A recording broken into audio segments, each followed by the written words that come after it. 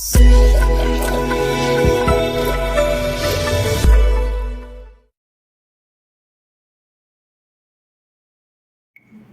Assalamualaikum Pak Subur. Waalaikumsalam warahmatullahi Sudah bergabung? wabarakatuh. Gimana suaranya? Baik, kami persilakan Pak. Terdengar Pak, terdengar Pak Subur. Dan baik. Dan nanti Bapak Ibu dapat catat pertanyaannya. Kita akan buka juga sesi pertanyaan di sesi kedua untuk tiga pertanyaan ya. Baik, kami persilakan Pak Subur dapat memberikan materinya. Disilakan. Baik, terima kasih. Assalamualaikum warahmatullahi wabarakatuh. Waalaikumsalam warahmatullahi wabarakatuh. Tadi Semoga ini yang saya hormati Bapak Habibur Rahman, Area Manajer BSI Area Lampung.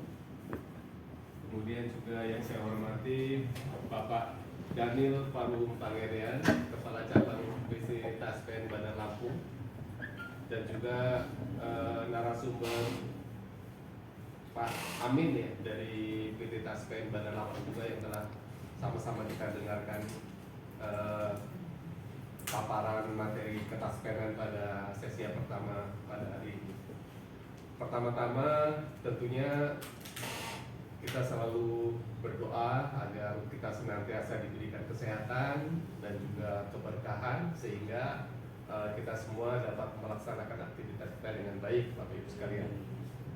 Bapak Ibu sekalian, pada kesempatan sesi yang kedua ini saya diminta untuk memberikan materi tentang kewirausahaan. Kewirausahaan terutama terkait dengan setelah kita pensiun. Bapak Ibu sekalian, mungkin sebelum saya menyampaikan materi kewirausahaan ada beberapa yang ingin saya sampaikan. Pertama terkait penampilan. Kayak pada saat ini kan saya memakai topi di Bapak Ibu sekalian. Pakai topi ini ada maknanya Bapak Ibu sekalian. Pertama kita memotivasi diri kita. Bagaimana kita selalu bisa bersemangat karena di usia pensiun itu usia non produktif. Jadi kalau kita yang sudah pensiun ini sebenarnya usia non produktif. Tapi di usia non produktif itu kita harus bagaimana bisa memacu diri kita supaya kita tetap produktif, tetap aktif. Nah, salah satunya dari mana? Dari diri kita. Jadi faktor utama itu dari diri kita. Nah, mungkin nanti slide-nya bisa ditampilkan Mas ya, tentang bagaimana kita berwirausaha.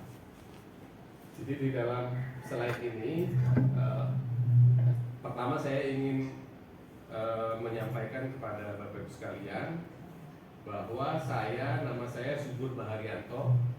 Saya pensiunan dari Direktorat Jenderal Perbendaharaan Kementerian Keuangan. Dan ini nomor HP atau WA saya. Bisa nanti Bapak Ibu sekalian yang ingin berkomunikasi dengan saya, mungkin nanti ingin ditanyakan sesuatu yang terkait dengan bagaimana kita melakukan kewirausahaan dan bagaimana kita bisa menjalani masa pensiun. Tentunya kita bisa senang Bapak Ibu sekalian. Jadi yang paling utama itu ya kita harus happy, harus senang. Yang berikutnya, slide berikutnya ini terkait dengan riwayat saya Bapak Ibu sekalian. Ini riwayat saya lahir di Bandar Lampung 13 Juli tahun 63. Saya sebagai PNS 1 Maret 85 dan pensiun 1 Agustus 2021. Dan Bapak sekalian,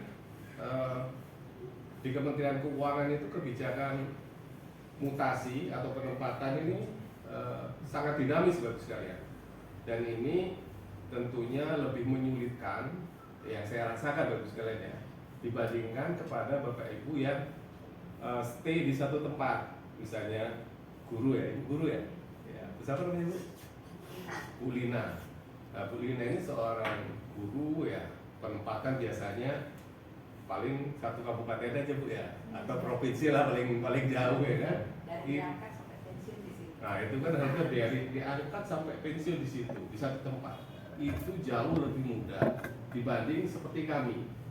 Nah ini saya diangkat sebagai CPNS tahun 85, itu penempatan di Bandar Lampung.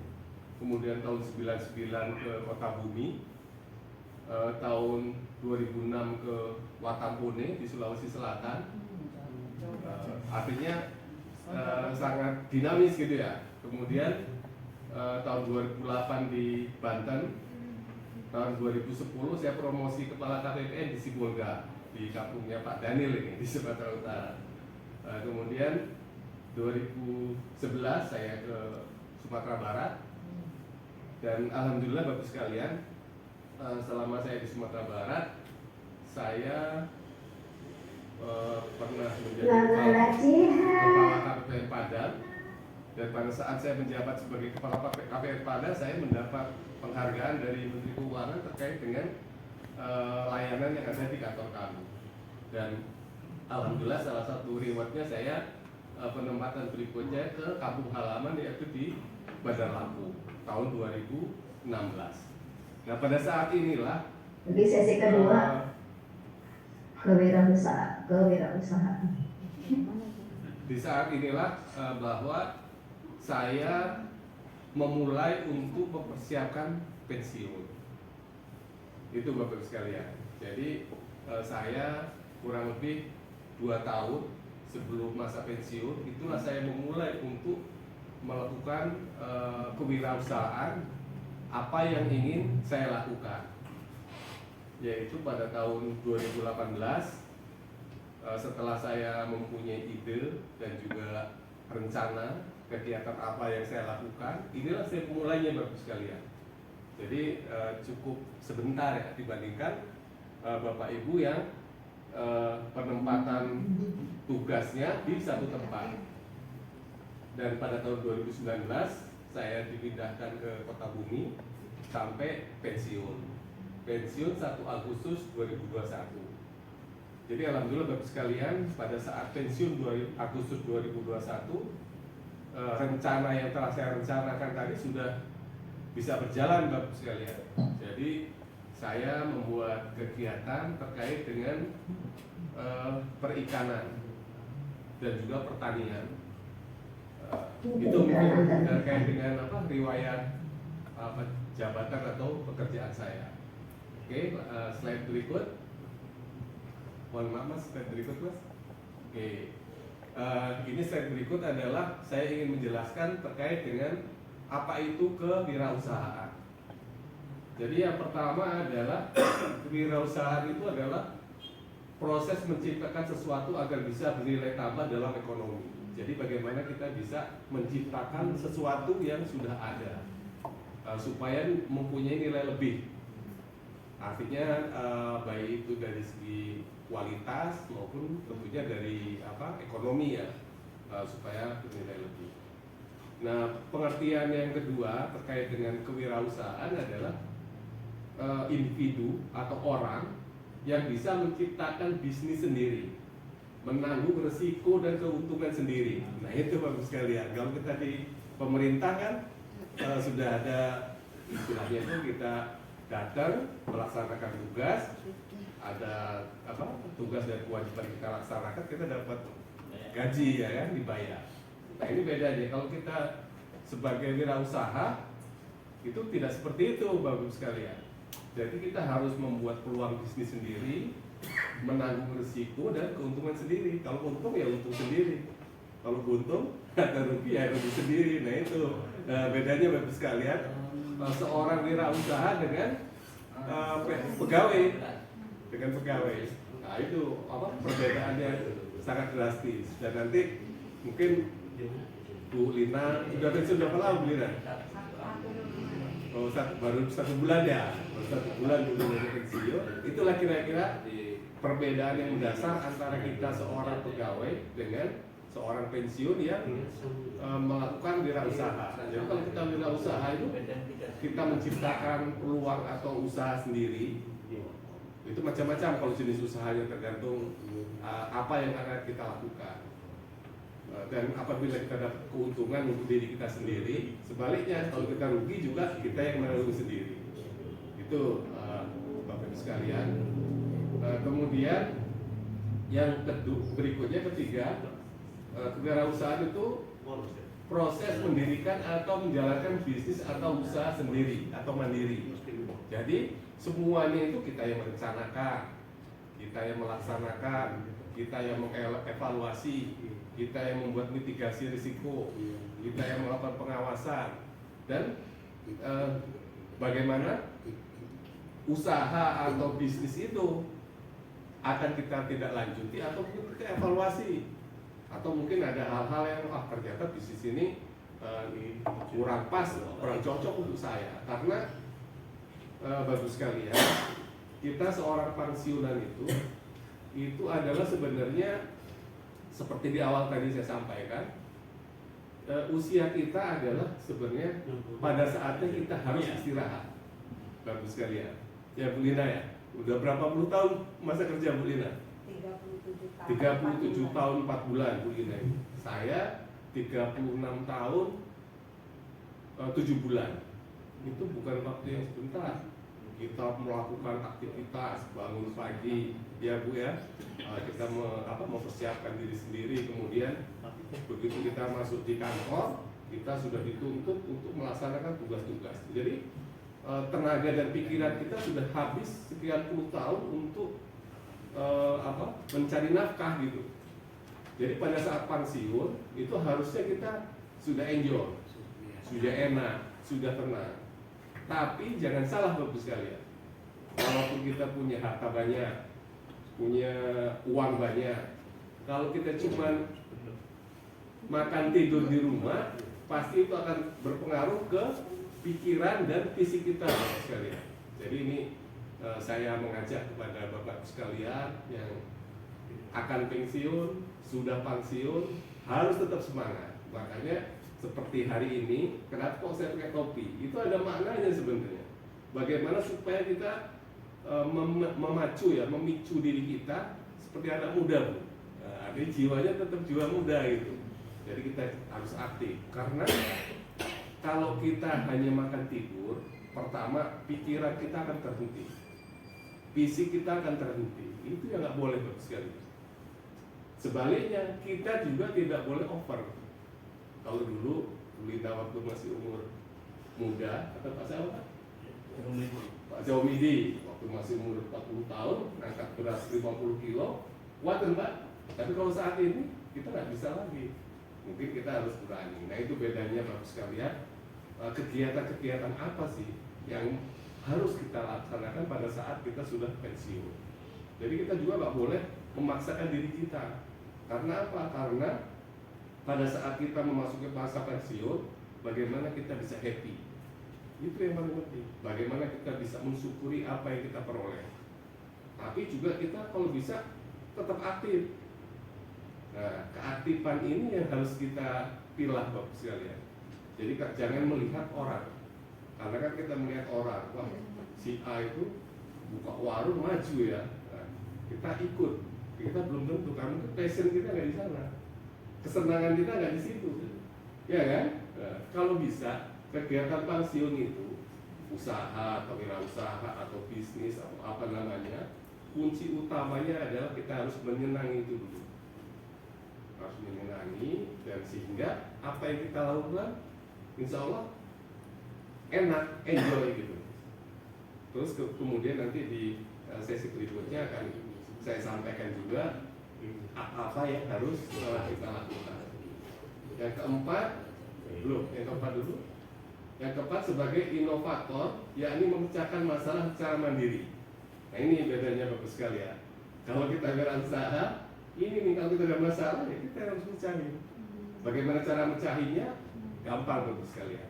Di era saat ini semua sarana prasarana ada.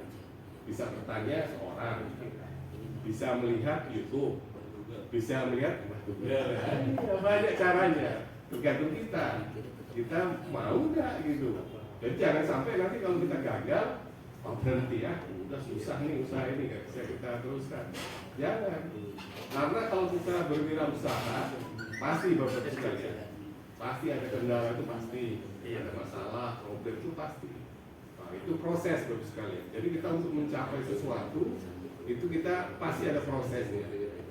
Nah ini Bapak sekalian terkait dengan kewirausahaan, 4 poin inilah yang yang menjadi kunci-kunci utama ya. Kita harus memahami ini sehingga nanti di dalam kita melaksanakannya kita bisa melakukan evaluasi, melakukan perencanaan lanjutan. Kalau misalnya kita melakukan kegiatan A, ternyata kegiatan ini ada banyak kendalanya, ada kendala itu ternyata setelah kita mitigasi risiko sangat sulit kita atasi, mungkin kita bisa beralih ke kegiatan yang lain. Yang paling utama adalah kuncinya bagaimana kita melakukan usaha itu sesuai dengan jiwa kita, sesuai dengan passion kita, sesuai dengan kesenangan kita. Insya Allah kalau itu bisa kita lakukan, apapun yang kita lakukan insya Allah akan mendapatkan hasil yang maksimal, hasil yang baik, dan tentunya bisa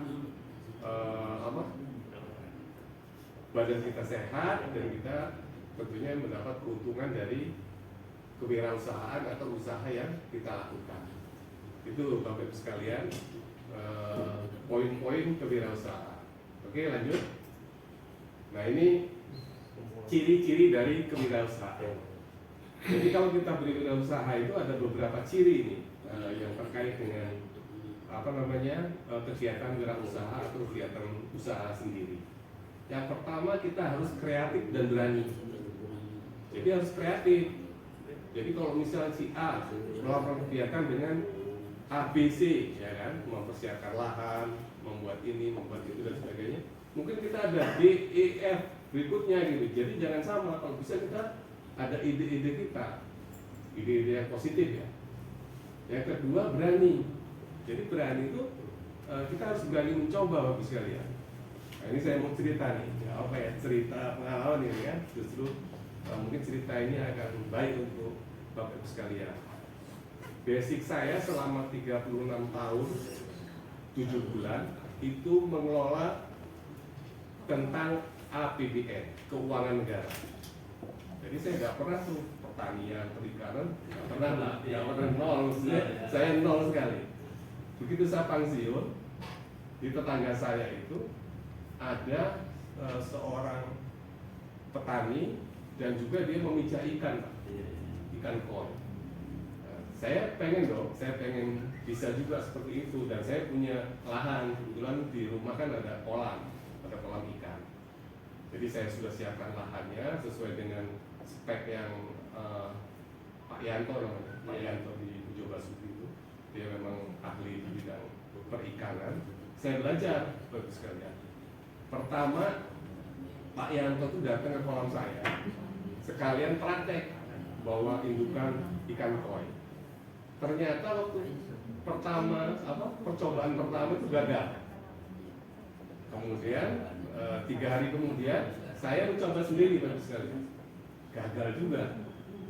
Baru seminggu kemudian saya coba sendiri, alhamdulillah berhasil.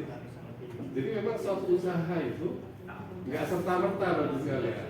Nah, jadi kalau kita lihat, Pak Yanto itu enak banget tuh, ya kan? Menjahit ikan, kita lihat ternyata setelah kita praktekkan nggak semudah itu. Jadi kunci utama pertama kita harus berani. Jangan takut gagal dulu. Terus kalau gagal, ya itu kita evaluasi gagalnya di mana. Itu. Jadi itu ciri-ciri dari wirausaha. Kemudian kemauan keras dan semangat tinggi. Jadi kita harus punya kemauan keras dan juga semangat tinggi Bapak sekalian, sehingga apabila kita ada kendala, ada masalah, itu jangan langsung nyerah. Itu bisa kita cari pemecahannya. Kalau misalnya kita nggak tahu, bisa tanya ke teman atau ke ahlinya, atau juga bisa mencari di Google dan juga bisa di konten-konten YouTube misalnya. Itu kan banyak Pak, ada kendala-kendala. Kebetulan saat ini saya juga ada konten YouTube-nya sekalian. Saya buat konten YouTube itu pertama tuh sebenarnya tujuannya saya hanya ingin menyimpan dokumentasi, tapi ternyata melalui konten YouTube kita juga bisa berbagi terkait dengan pengalaman kita, kegiatan-kegiatan kita, tentunya hal-hal yang positif nanti bisa menjadi referensi ataupun contoh mungkin kalau ada Bapak Ibu sekalian yang ingin melakukan kegiatan yang sama. Itu Pak, jadi saya juga punya konten YouTube, mungkin nanti akan ada di sesi berikutnya. Kemudian mampu menganalisis masalah Bapak Ibu sekalian. Jadi di dalam kita melakukan kewirausahaan kita harus bisa menganalisis masalah. Mungkin kalau sudah yang ada Bapak Ibu sekalian yang sudah mengetahui channel YouTube saya, itu 2 hari yang lalu saya mengupload satu konten terkait dengan saya menebar benih 10.000 benih ikan patin. Itu setelah saya melakukan beberapa perencanaan evaluasi. Jadi kita melakukan namanya mitigasi risiko. Bagaimana benih yang kita tebar, kita nebar 10.000, hasilnya bisa maksimal, nanti pada saat panen kita bisa menghasilkan 10.000 Bu Lina. Jadi gitu. Jadi itu ada prosesnya, dan nanti Bapak sekalian bisa nonton di YouTube saya. Artinya itu loh, kalau kita melakukan kegiatan harus ada kita rencananya, harus ada namanya mitigasi risiko. Namanya apa ya? Mitigasi risiko itu namanya kita bagaimana supaya kita nanti produksinya bisa maksimal gitu loh. Ya kan, sehingga nanti kendala-kendala yang ada itu bisa kita atasi lah gitu. Gitu. Kemudian berikutnya memiliki jiwa kepemimpinan. Nah ini bagus sekalian bedanya ya, wirausaha dengan PNS. Ada nggak yang bisa menjelaskan ini? Bagaimana kita memiliki jiwa kepemimpinan? Ada nggak yang bisa bantu saya? Ada nggak yang bisa bantu saya di ruangan ini? Apa bedanya kalau kita seorang PNS dengan seorang wirausaha? Yaitu memiliki jiwa kepemimpinan. Apa maksudnya? Ada nggak yang bisa bantu saya? Mungkin minitnya sendiri, aktivitas sendiri kayak tusuk sate lah, jadi nggak ada orang lain. Ibu siapa namanya? Bu Suryani. Bu Suryani, ini Bu Suryani. Benar nih Bu Suryani. Jadi kalau kita wirausaha itu kita memiliki jiwa kepemimpinan, artinya kita mengendalikan suatu kegiatan itu sendiri. Kalau kita PNS disuruh ya kan, ada SOP-nya, ada apa namanya? Cari amannya itu Pak. Cari amannya kan. Itu bedanya kalau kita wirausaha. Ini kita memiliki jiwa kepemimpinan. Jadi kita mau membuat keputusan A, keputusan B, keputusan C dan seterusnya bergantung diri kita. Ya tadi kan resikonya sendiri juga. Makanya kita perlu ilmu, perlu pengalaman. Insya Allah saya selalu berusaha berbagi melalui konten YouTube saya. Tujuannya supaya apa yang saya lakukan bisa berbagi ke orang lain gitu. Ada YouTube-nya, nanti bisa kita lihat cuplikannya Bu. Ya, mudah-mudahan nanti bisa tolong di subscribe ya. Ya bisa didukung lah channel saya gitu, karena insya Allah ini untuk kebaikan kita bersama. Kemudian yang berikutnya adalah membuat keputusan bijak dan bertanggung jawab. Jadi kita harus membuat keputusan bijak dan bertanggung jawab. Artinya gini Bapak sekalian, kalau misalnya kita buat keputusan ingin buka warung sembako, gitu kita ambil keputusan udah buka warung udah ini, belum apa-apa kita udah nyerah, itu nggak boleh. Kalau misalnya gagal, apa penyebabnya? Jadi nggak boleh kalau kita sudah ambil keputusan, nggak boleh mundur. Nah, itu makanya sebelum kita ngambil keputusan harus kita pelajari. Itu ada di konten YouTube saya yang nomor 3. Jadi konten saya itu sudah 49 konten, itu yang ketiga itu ada. Itu dari proses perencanaan, pelaksanaan, pengawasan, evaluasi, sampai bagaimana endingnya nanti gitu, hasilnya. Jadi memang kita di dalam melakukan suatu kegiatan nggak boleh plan gitu ya. Hari ini A, besok B, besok C lagi, lah udah. Itu nanti akan susah Bapak sekalian. Jadi itu bagaimana kita melakukan kewirausahaan sehingga kegiatan kita itu nggak mubazir gitu. Nah ini mungkin mudah-mudahan pengalaman atau cerita yang pernah saya alami, mudah-mudahan bisa bermanfaat untuk Bapak sekalian. terutama yang sudah pensiun maupun yang akan pensiun, sehingga kita di dalam menikmati masa pensiun itu senang bagus sekalian. Syukur-syukur ada hasilnya, ya Bu Lina ya. Jadi itu kita bisa mendapatkan hasil lah dari apa yang kita lakukan.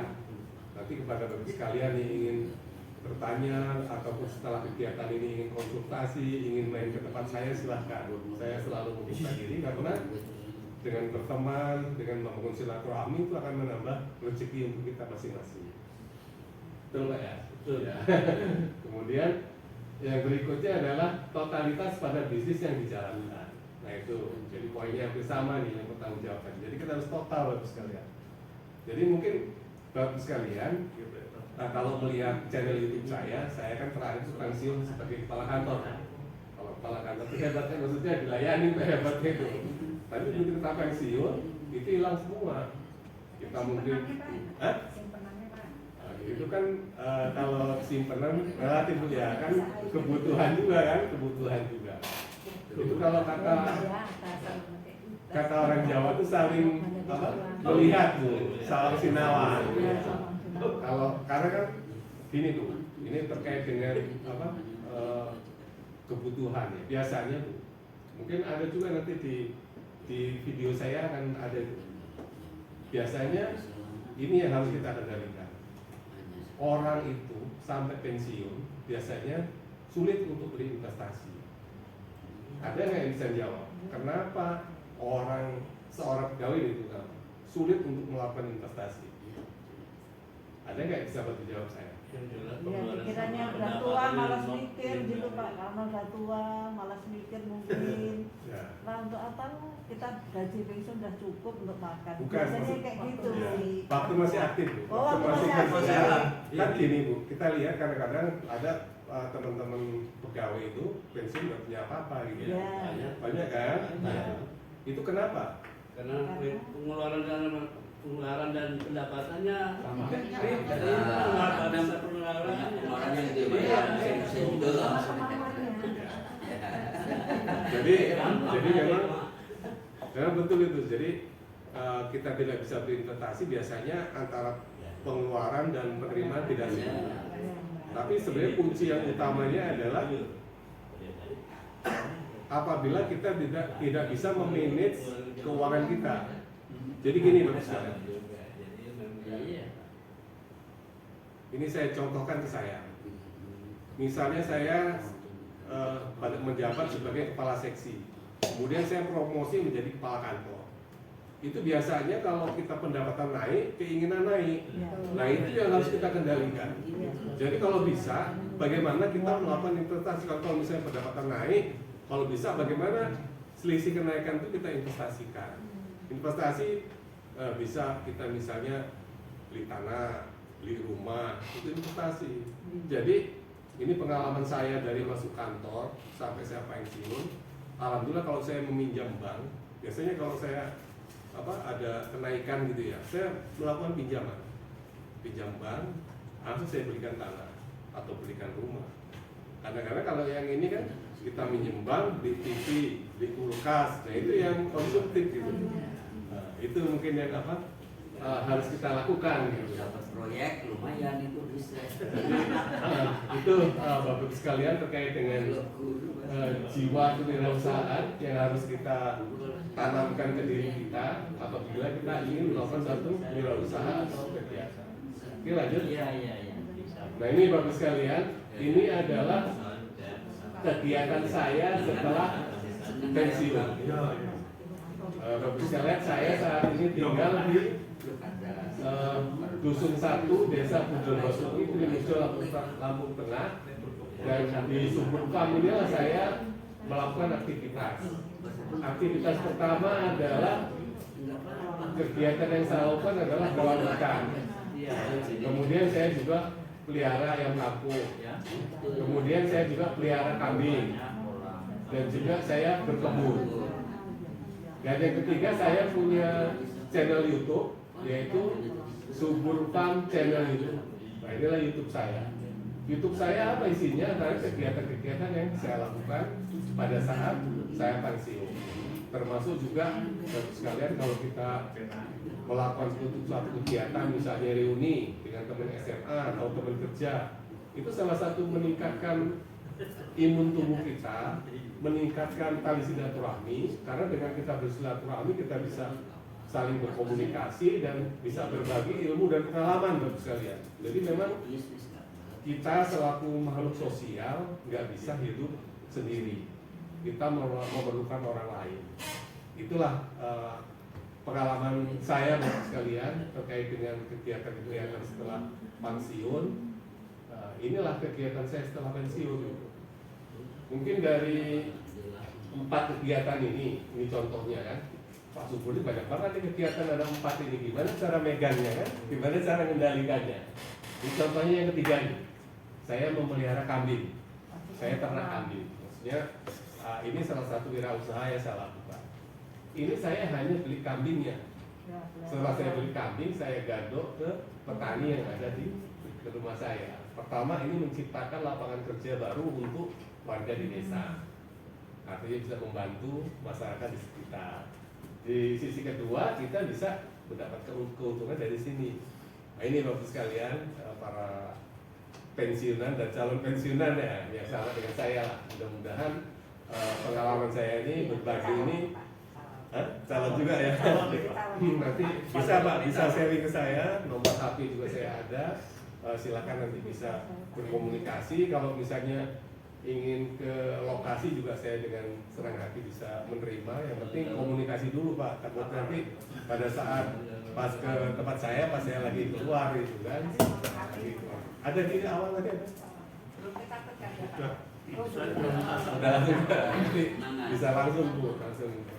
Itu Bapak sekalian terkait dengan kegiatan saya setelah pensiun. Mudah-mudahan apa yang telah saya sampaikan ini nanti bisa kita sharing ya. Mungkin sebelum saya akhiri bisa putar video dulu. Kita ada satu yang tanya nih, silakan.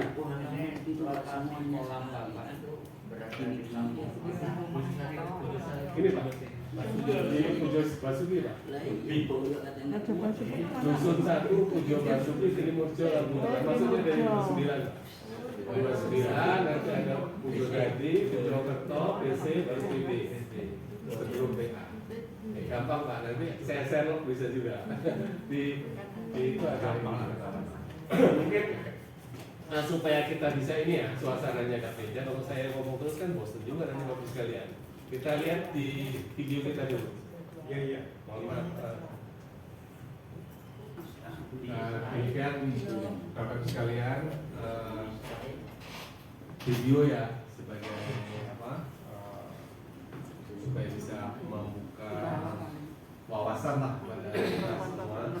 Mudah-mudahan kegiatan kita setelah pensiun itu bisa menyehatkan kita terutama karena di usia-usia kita yang pensiun ini kalau kita tidak bisa menjaga diri kita dari makanan, pola hidup itu akan berpengaruh ke fisik kita. Jadi pertama kita fisik itu harus kita jaga, misalnya pola makan kita bagaimana kita bisa makan bisa kita kendalikan. Alhamdulillah saya pada saat ini belum ada makan yang saya makan karena apa? Saya selalu saya kendalikan juga. Kalau misalnya kita mengkonsumsi makanan tidak boleh berlebih. Kemudian yang paling penting nih Bapak sekalian, itu adalah pikiran. Bagaimana kita harus berpikir positif, jangan berpikir negatif. Karena berpikir negatif itu akan mempengaruhi jiwa kita. Misalnya kita melihat orang lain, terus rasanya kita ada rasa iri gitu kan. Kenapa Bapak A itu bisa hebat ya? Nah itu akan berpengaruh kepada kita. Pikiran ini yang harus kita bisa kendalikan. Dan tadi yang terakhir dari statement dari Pak Darmawan, Kepala Kabupaten Lampung, bagaimana hidup kita bisa bermakna atau bermanfaat untuk orang lain, untuk lingkungan kita, untuk keluarga kita. Karena itulah yang akan kita bawa. Kita kan tinggal nunggu kan, kita nggak tahu di antara kita siapa yang giliran berikutnya kan. Umur kita tidak ada yang tahu. Insya Allah kalau kita menanam kebaikan, orang akan mengingat kebaikan yang ada di diri kita. Itu Bapak sekalian. Jadi di dalam konten YouTube saya itu ada tagline salam sehat dan selalu bahagia. Jadi kita harus sehat dulu, baru kita bisa bahagia. Itu mungkin presentasi atau berbagi ilmu, pengalaman yang saya alami selama kurang lebih 10 bulan saya menikmati masa pensiun. Karena memang saat ini saya betul-betul menikmati Bapak sekalian. Saya tidak sudah bebas gitu. Jadi manusia bebas, tidak terikat oleh aturan-aturan kepegawaian pada saat saya aktif sebagai ASN atau PNS. Mungkin itu Bapak sekalian pengalaman berbagi saya hari ini. Pada kesempatan ini saya dengan senang hati kalau ingin tanya ataupun diskusi, mudah-mudahan pertemuan kita hari ini bisa membuat manfaat untuk kita bersama. Amin. Demikian mungkin presentasi dari saya. Terima kasih. Saya akhiri. Wabillahi taufiq wal hidayah. Assalamualaikum warahmatullahi wabarakatuh. Waalaikumsalam warahmatullahi wabarakatuh. Udah di situ, udah di situ.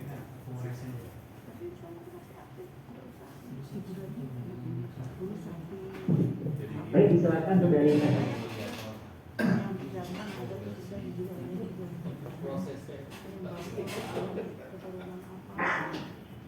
Terima kasih. Assalamualaikum. dan Ibu. Ya, yang ditanyakan pada tadi adalah penyakit dan pensiun. Tentu saja komisi tidak sama sebelum pensiun. Nah, yang saya tanyakan adalah bagaimana Pak dan Kemang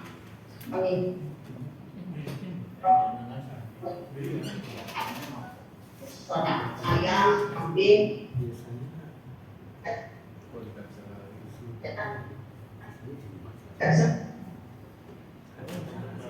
yang saya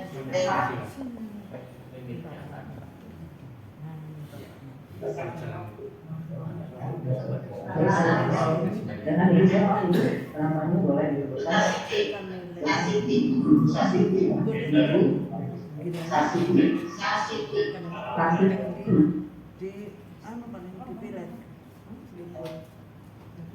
Kita kamu dulu pertanyaannya, bahwa kita pertanyaan kedua.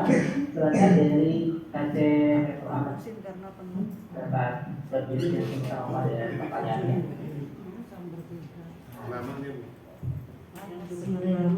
Assalamualaikum warahmatullahi wabarakatuh.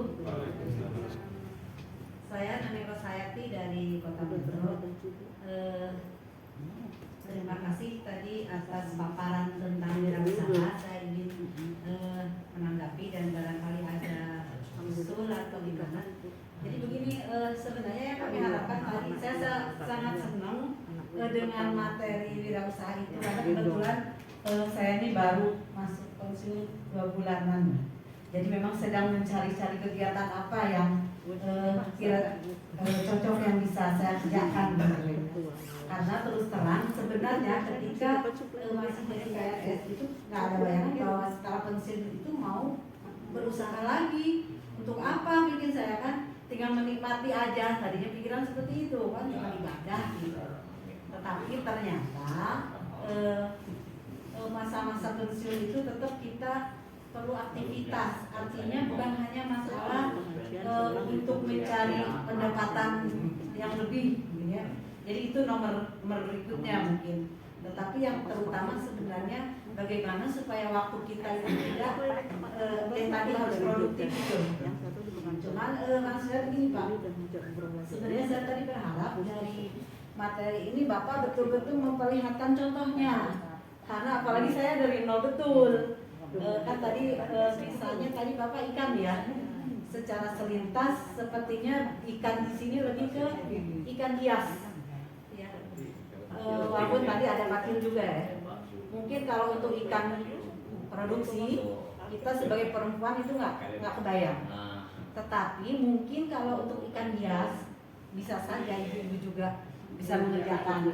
Barangkali tekniknya tidak terlalu sulit dan tempatnya barangkali tidak terlalu banyak tempat gitu. Jadi walaupun mungkin nanti dari situ tuh sebenarnya harapan kami begini, tadi dijelaskan kemudian nanti kita akan berkunjung ke tempat apa gitu kan. Mungkin itu aja usul lah barangkali dari pemikiran bila Jaya. Wassalamualaikum warahmatullahi wabarakatuh. Baik, waalaikumsalam warahmatullahi wabarakatuh. Mohon maaf dari saya tadi pertanyaan.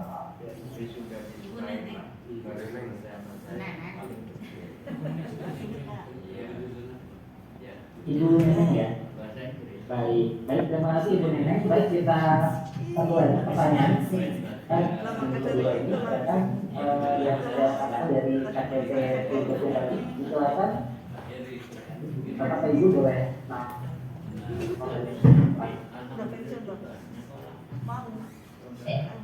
Nah, ya.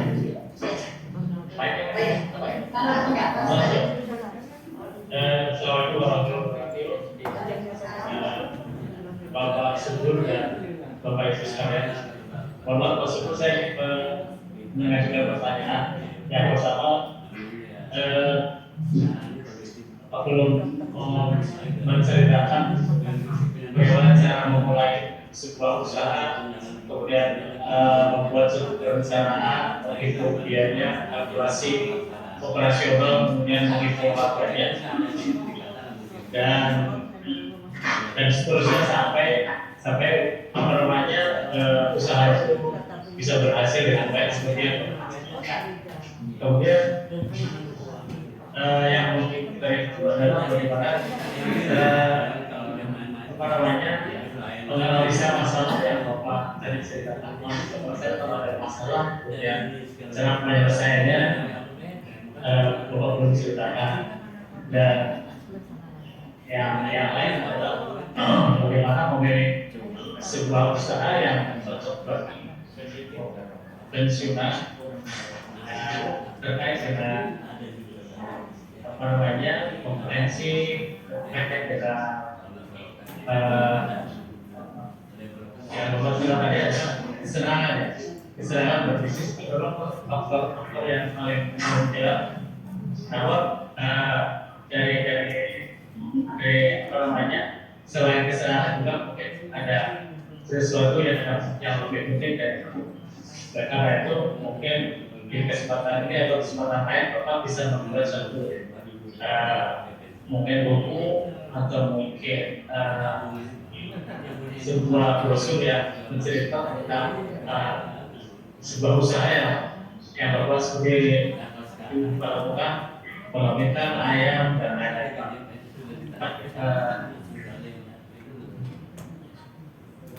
Juga dibuka satu pelatihan yang dilaksanakan di lokasi Bapak. Sekarang itu Pak, terima kasih. Wassalamualaikum warahmatullahi wabarakatuh. Waalaikumsalam warahmatullahi wabarakatuh. Mohon maaf tadi jangan Bapak siapa Pak namanya? Pak Arif ya? Ya. Pak Arif. Pak Arif ya, baik. Dua ini, baik silakan Pak Subur yang pertama dari Ibu Sasiti ya. Bagaimana untuk mengatur manajemen waktu, Bapak punya usaha kemudian juga punya tenaga kerja, bagaimana untuk memanage waktu Bapak bisa mengerjakan semua itu. Kemudian juga lanjutkan dari pertanyaan Ibu Neneng dan juga mungkin menyambung juga dari pertanyaan dari Pak Arif tentang bagaimana untuk memulai sebuah usaha ya, itu bagaimana untuk laba seperti itu dan sebagainya. Silakan Pak Subur. Baik, terima kasih kepada Bapak Ibu yang sudah bertanya. Jadi pertama saya memberikan apresiasi kepada Bapak Ibu yang bertanya, berarti kita nyambung ya apa yang tadi saya sampaikan. Pertama dari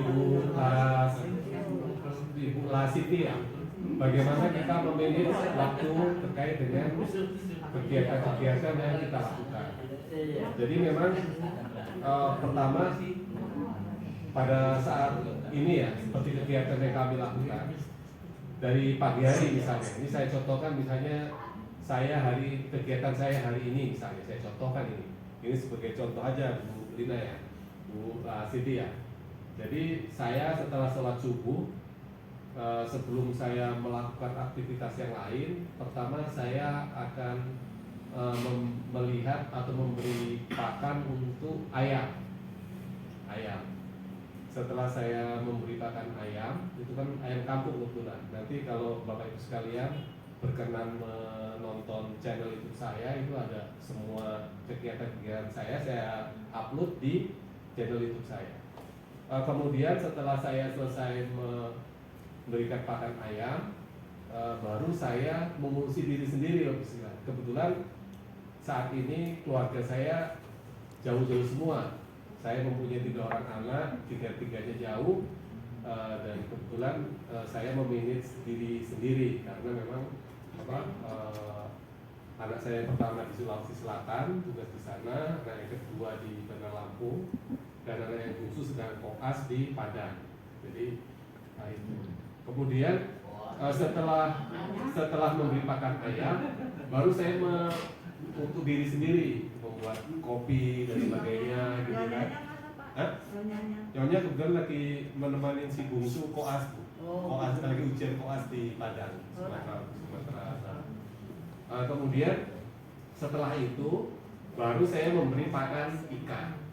Kebetulan 3 hari yang lalu saya menebar benih 10.000 benih ikan patin. Itu memang perlu perawatan ekstra.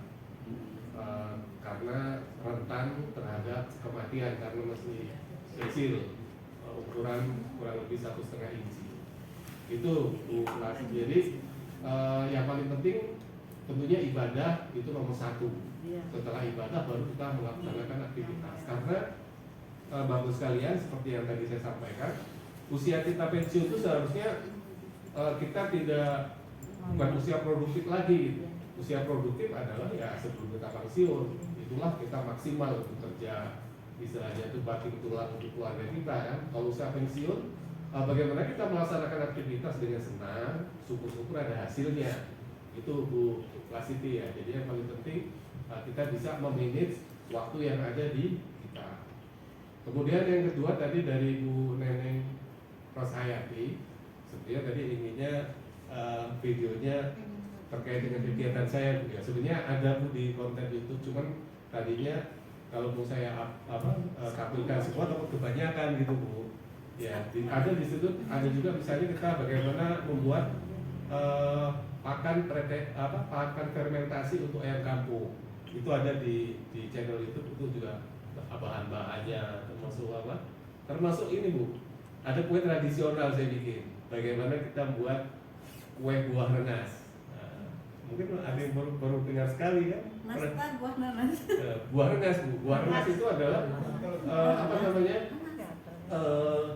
dari pisang yang sudah hampir busuk. Jadi daripada kita buang, bisa kita olah. Saya bisa ngajarin dulu sekalian. Kalau misalnya berkunjung ke tempat saya bisa buat hidangan itu. Gitu. Kemudian juga tadi bagaimana usaha-usaha yang bisa dilakukan di rumah Bu ya. Jadi usaha-usaha sebenarnya usaha-usaha yang memang kalau ibu-ibu ya sebenarnya kalau misalnya kita halamannya terbatas, itu bisa menanam bunga atau tanaman itu di planter bag. Itu juga ada di channel itu ada juga Bu. Jadi kita bagaimana kita menyiapkan medianya, media tanamnya kita siapkan, termasuk nanti pupuk yang kita gunakan, sehingga nanti itu menjadi kegiatan kita bagus sekali. Jadi yang paling penting tadi yang Bu Neneng sampaikan, kita nggak boleh berhenti Bu. Pikiran dan isi kita nggak boleh berhenti. Begitu kita berhenti kita cepet loyo, cepet tua bagus sekali. Iya, kalau cuma makan tidur udah. Kita penyakit itu tinggal nunggu punya penyakit Tuhan datang ke diri kita. Makanya bagus sekalian kalau bisa lihat tampilan saya bukan apa-apa. Sampai ke topi itu menyemangati diri saya gitu supaya saya semangat saya muda terus gitu. Itu bagus sekalian. Jadi kuncinya itu jadi usaha itu kita sesuaikan bagus sekalian. Jadi jangan kita memaksakan. Kalau misalnya kita usaha yang besar, semakin besar usaha semakin risiko tinggi. Kalau kita misalnya pinjam bank habis modal ya kan, pinjaman bank masih ada, usahanya kan nggak ada lagi. Kita stres, ya itu yang nggak boleh. Jadi usaha itu harus kita sesuai dengan kemampuan kita. Kalau memang kita ternyata sangat terbatas, seperti yang tadi saya sampaikan, banyak sekali caranya. Misalnya kita menanam anggrek melalui dengan menggunakan pot bunga, menggunakan planter bed, menanam jeruk. Itu ada di konten-konten YouTube saya, ada di saya sampaikan, saya upload kegiatan-kegiatan seperti itu. Itu bagus sekali. Jadi kita bagaimana mengisi kegiatan ini yang positif, produktif, dan juga bermanfaat untuk diri kita, terutama untuk kesehatan kita dan keluarga kita. Yang ketiga dari Pak Arif, bagaimana kita memulai usaha. Nah, jadi memulai usaha itu Pak sama dengan teori organisasi, ada planning, organizing, kemudian eksekutif, kemudian evaluasi, monitoring, dan seterusnya. Sama Pak. Jadi di konten YouTube saya yang nomor 3 itu bagaimana saya membuka usaha untuk perikanan. Jadi pertama saya memilih lokasi. Lokasi bagaimana saya harus meyakini bahwa lokasi itu sumber airnya bagus. Itu Pak Arif ya. Jadi setelah saya yakin itu lokasi itu bagus, langsung saya membuat rencana dan saya eksekusi. Dan ternyata setelah saya eksekusi itu area kurang lebih 2.500 meter, saya buat 8 kolam ikan itu rata-rata ukuran 10 kali 10 dengan kedalaman 2 meter. Setelah digali menggunakan ekskavator, tidak sampai 1 minggu 8 kolam itu penuh airnya. Padahal pada saat kemarau, artinya apa itu sumber airnya bagus. Jadi kita bagaimana kita memilih lokasi. Jadi kalau jangan sampai kita di atas gunung ya kan, buat kolam, terus kita sumber airnya nggak ada, itu kan berarti kan itu Pak Arif ya. Jadi kita memulai usahanya harus kita ini Pak, harus kita betul-betul membuat perencanaan gitu. Kemudian juga tentunya Bapak sekalian yang tidak kalah pentingnya kita sesuaikan dengan kemampuan kita gitu. Jangan sekali-sekali kita memaksakan, karena kalau kita memaksakan itu kunci usaha itu adalah semakin besar usaha semakin tinggi risiko. Keuntungan juga besar, dan rugi juga besar Bapak sekalian. Jadi itu. Kemudian bagaimana menganalisa masalah. Jadi kalau kita ada masalah, pertama kita tentunya kita pelajari ini masalahnya datangnya dari mana, internal atau eksternal. Kemudian bagaimana pemecahannya. Pemecahannya bisa kita membaca buku, bisa melihat Google, ya kan, bisa juga dari konten-konten YouTube dan seterusnya. Dan juga kita bisa konsultasi ke pakar atau ahlinya. Itu Pak Arif ya. Mudah-mudahan Pak Arif nanti bisa simpan nomor saya, bisa kita konsultasi. Artinya kan semakin kita banyak teman, tentunya itu akan menambah rezeki juga untuk kita gitu. Kalau kita bisa berbagi ke orang lain itu suatu kenikmatan. Karena kunci yang terakhir tadi yang disampaikan Pak Darmawan, bagaimana kita bisa punya makna hidup untuk orang lain. Jadi kita bisa bermanfaat untuk orang lain, walaupun kecil gitu, walaupun sedikit, tapi bermanfaat untuk orang lain. Itu ya mungkin. Tadi bagus juga tuh. Kalau bisa saya buat buku gitu ya. Mudah-mudahan nanti bisa terlaksana Pak Arif ya. Saya mohon dukungan juga dari Pak Arif nih kira-kira. Artinya buku-buku pengalaman ya, pengalaman terkait dengan kegiatan-kegiatan saya yang bisa bermanfaat untuk orang lain. Mungkin itu ya dari 3 pertanyaan. Mudah-mudahan kalau nanti terjawab semua bisa dilanjutkan atau bisa juga nanti melalui komunikasi telepon atau WA. Mungkin itu ya. Terima kasih. Baik, terima kasih Pak Subur untuk jawabannya. Mudah-mudahan ya sudah bisa. Untuk sesi kedua kita coba terlebih dahulu. Kita sambung sesi ketiga Bapak Ibu terkait keisinan dari Bank Syariah Indonesia. Baik, untuk sesi kedua selamat untuk Ibu Sasiti dan Ibu Neneng dari juga Pak Arif yang juga mendapatkan voucher dari persembahan Bank Syariah Indonesia. Ini bisa hubungi kontak yang sudah kita share di kolom chat ya Bapak Ibu. Terima kasih.